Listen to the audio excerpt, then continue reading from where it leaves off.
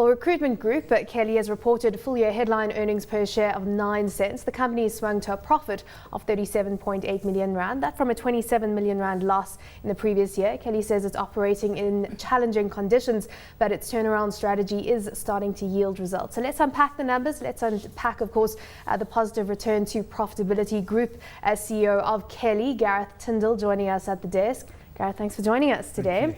So firstly, in terms of moving into a profit position, was it a number of moving factors, or was there one specific area of the business that helped to turn that around?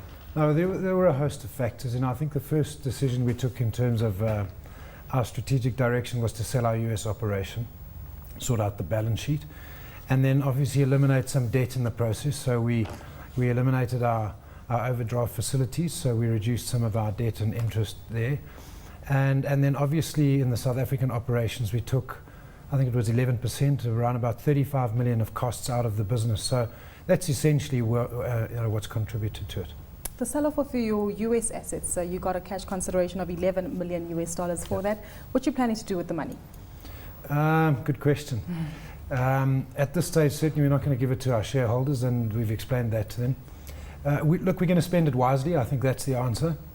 We're looking at niche market acquisitions in the local market, probably more leaning towards blue-collar space. We're looking very closely at the hospitality sector, and we're looking very closely at the logistics environment. So obviously you see these as sectors that are set to grow, or why specifically focusing on those niche areas? Yeah, look, I certainly think they're going to grow. There's still risk in those sectors in the labour broking market. But I think if we look at our models very carefully and we position our business correctly, I think we'll be able to grow. I mean, you look at the company now, and of course your job is to look 5-10 years out as to what the trends are. How do you see Kelly positioned for the evolving way in which people find jobs, the evolving kind of question around labour broking here in South Africa? No, look, it's a good question. And ironically is that unemployment is the biggest problem we've got in South Africa. We're in the business of creating employment, and yet there's enormous pressure under us and on top of us from many sectors. But I certainly see, I don't look much further than a year in advance. And 5 years is difficult to look, it's too far ahead for me. But in the next year, I certainly see consolidation in our market, which should benefit us. And to reiterate, if we use our cash properly, we should be able to grow in the next year. Mm-hmm. There's a precedent-setting case going on between the Free Market Foundation as well as they're taking Parliament to court regarding Section 32 of the Labour Relations Act. What kind of implications would a case like that have for a company like Kelly? Yeah, look, whichever way it goes, we've got to be cognizant of what the laws are. Parliament have already promulgated some of those laws. Whether they get it right to change those or overturn them, I'm not quite sure, but we're working with the laws as they are at the moment, and there are many people fighting the battle on our behalf, so we're backing them all the way.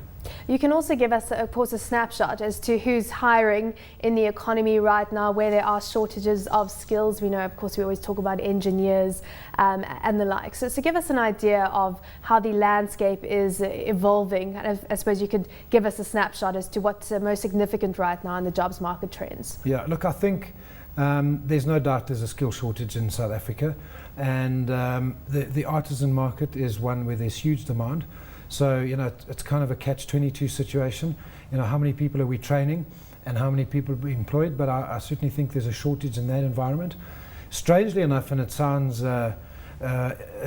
weird, but the driving environment where you get the Code 14 drivers, big business logistics and transport in South Africa, there's a shortage at the moment, and the shortage is going to get worse. So I think that's something that we're going to look very carefully at. And then obviously what's driving the shortage of drivers?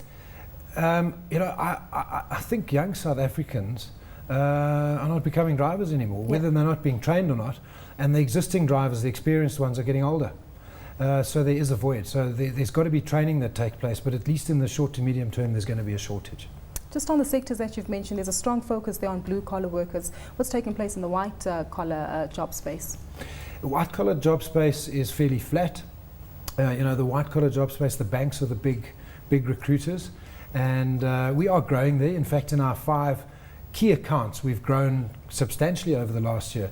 But we've worked very hard at growing those accounts. But I'd say relatively flat in the white market space. Does it make sense for you to look outside of South Africa's borders, given firstly the regulatory uncertainty, the environment that you're operating in, the fact that you say you're looking at potentially a market that has too many players? And does it make sense for you to put a little bit more effort, and are you doing that in terms of growing outside of South Africa? Look, I think a company that's in turnaround, and look, we've come through it, to go and venture beyond our borders would be silly. I think we've got to focus on our local market. There's more than enough opportunity. There are 900,000 temporary workers in South Africa, and we've only got 20,000. So, if that doesn't spell an opportunity, then nothing does. So, my strategy is to stick to the local market. Our labour laws and that are stringent enough. To try and find out how they operate in other areas in Africa, I think would be too risky. Stick to what you know. Hey? Exactly. Sounds exactly what you're doing. Right. Keeping it simple. Well, Gareth, thank you so much for your time today. That was Kelly Group Chief Executive Gareth Tinder.